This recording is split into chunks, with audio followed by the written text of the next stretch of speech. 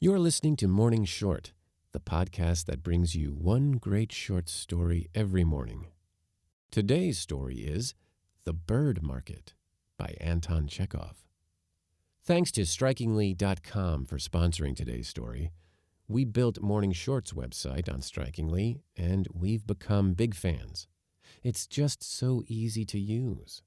Launch your free website at Strikingly.com and use the code MORNINGSHORT, that's one word, to get an exclusive discount when you upgrade. And now to the story. There is a small square near the monastery of the Holy Birth, which is called Trubnoy, or simply Truboy. There is a market there on Sundays. Hundreds of sheepskins, wadded coats, fur caps, and chimney pot hats swarm there, like crabs in a sieve. There is the sound of the twitter of birds in all sorts of keys, recalling the spring. If the sun is shining and there are no clouds in the sky, the singing of the birds and the smell of the hay make a more vivid impression. And this reminder of spring sets one thinking and carries one's fancy far, far away. Along one side of the square there stands a string of wagons. The wagons are loaded, not with hay, not with cabbages, nor with beans, but with goldfinches, siskins, larks, blackbirds, and thrushes, blue tits, bullfinches. All of them are hopping about in rough homemade cages, twittering and looking with envy at the free sparrows. The goldfinches cost 5 kopecks. The siskins are rather more expensive, while the value of the other birds is quite indeterminate. "How much is a lark?" The seller himself does not know the value of a lark. He scratches his head and asks whatever comes into it, a ruble or 3 kopecks, according to the purchaser. There are expensive birds, too. A faded old blackbird with most of its feathers plucked out of its tail sits on a dirty perch. He is dignified, grave and motionless as a retired general. He has waved his claw in resignation to his captivity long ago, and looks at the blue sky with indifference. Probably owing to this indifference, he is considered a sagacious bird. He is not to be bought for less than 40 kopecks. Schoolboys, workmen, young men in stylish greatcoats, and bird fanciers in incredibly shabby caps, in ragged trousers that are turned up at the ankles and look as though they had been gnawed by mice, crowd round the birds, splashing through the mud. The young people and the workmen are sold hens for cocks, young birds for old ones. They know very little about birds. But there is no deceiving the bird fancier. He sees and understands his bird from a distance. "There is no relying on that bird," a fancier will say, looking into a siskin's beak and counting the feathers on its tail. "He sings now, it's true, but what of that? I sing in company too." "No, my boy, shout, sing to me without company. Sing in solitude, if you can. You give me that one yonder that sits and holds its tongue. Give me the quiet one. That one says nothing, so he thinks the more." Among the wagons of birds there are some full of other live creatures. Here you see hares, rabbits, hedgehogs, guinea pigs, polecats. A hare sits sorrowfully, nibbling the straw. The guinea pigs shiver with cold, while the hedgehogs look out with curiosity from under their prickles at the public. "I have read somewhere," says a post office official in a faded overcoat, looking lovingly at the hare and addressing no one in particular, "I have read that some learned man had a cat and a mouse and a falcon and a sparrow who all ate out of one bowl." "That's very possible, sir. The cat must have been beaten. And the falcon, I dare say, had all its tail pulled out. There's no great cleverness in that, sir. A friend of mine had a cat who, saving your presence, used to eat his cucumbers. He thrashed her with a big whip for a fortnight, till he taught her not to. A hare can learn to light matches if you beat it. Does that surprise you? It's very simple. It takes the match in its mouth and strikes it. An animal is like a man. A man's made wiser by beating.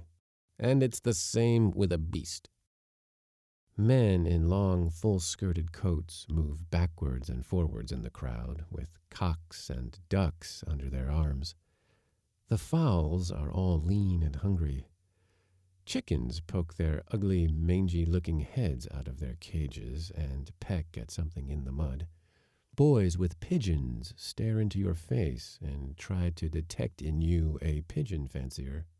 "Yes, indeed, it's no use talking to you," someone shouts angrily. "You should look before you speak. Do you call this a pigeon? It is an eagle, not a pigeon." A tall, thin man with a shaven upper lip and side whiskers, who looks like a sick and drunken footman, is selling a snow-white lapdog. The old lapdog whines. "She told me to sell the nasty thing," says the footman with a contemptuous snigger. "She is bankrupt in her old age, has nothing to eat, and here now she's selling her dogs and cats. She cries and kisses them on their filthy snouts, and then she is so hard up that she sells them. 'Pon my soul, it is a fact. Buy it, gentlemen. The money is wanted for coffee." But no one laughs. A boy who is standing by screws up one eye and looks at him gravely with compassion. The most interesting of all is the fish section. Some dozen peasants are sitting in a row. Before each of them is a pail, and in each pail there is a veritable little hell. There in the thick greenish water are swarms of little carp, eels, small fry, water snails, frogs, and newts. Big water beetles with broken legs scurry over the small surface, clambering on the carp and jumping over the frogs. The creatures have a strong hold on life. The frogs climb on the beetles, the newts on the frogs. The dark green tench, as more expensive fish, enjoy an exceptional position. They are kept in a special jar where they can't swim, but still they are not so cramped. The carp is a grand fish. The carp's the fish to keep, Your Honor. Plague take him.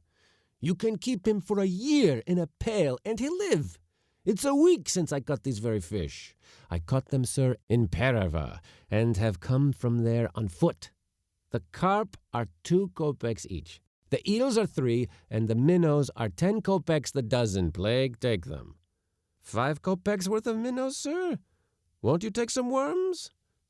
The seller thrusts his coarse, rough fingers into the pail and pulls out of it a soft minnow or a little carp the size of a nail. Fishing lines, hooks, and tackle are laid out near the pails, and pond worms glow with a crimson light in the sun. An old fancier in a fur cap, iron-rimmed spectacles, and galoshes that look like 2 dreadnoughts walks about by the wagons of birds and pails of fish. He is, as they call him here, a type. He hasn't a farthing to bless himself with, but in spite of that, he haggles, gets excited, and pesters purchasers with advice. He has thoroughly examined all the hares, pigeons, and fish, examined them in every detail, fixed the kind, the age, and the price of each one of them a good hour ago. He is as interested as a child in the goldfinches, the carp, and the minnows. Talk to him, for instance, about thrushes, and the queer old fellow will tell you things you could not find in any book. He will tell you them with enthusiasm, with passion, and will scold you, too, for your ignorance. Of goldfinches and bullfinches he is ready to talk endlessly, opening his eyes wide and gesticulating violently with his hands. He is only to be met here at the market in the cold weather.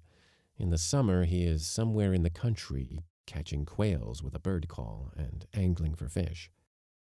And here is another type, a very tall, very thin, close-shaven gentleman in dark spectacles, wearing a cap with a cockade and looking like a scrivener of bygone days. He is a fancier. He is a man of decent position, a teacher in a high school, and that is well known to the habitués of the market, and they treat him with respect, greet him with bows, and have even invented for him a special title, Your Scholarship. At Suharev Market, he rummages among the books, and at Trubnoy looks out for good pigeons.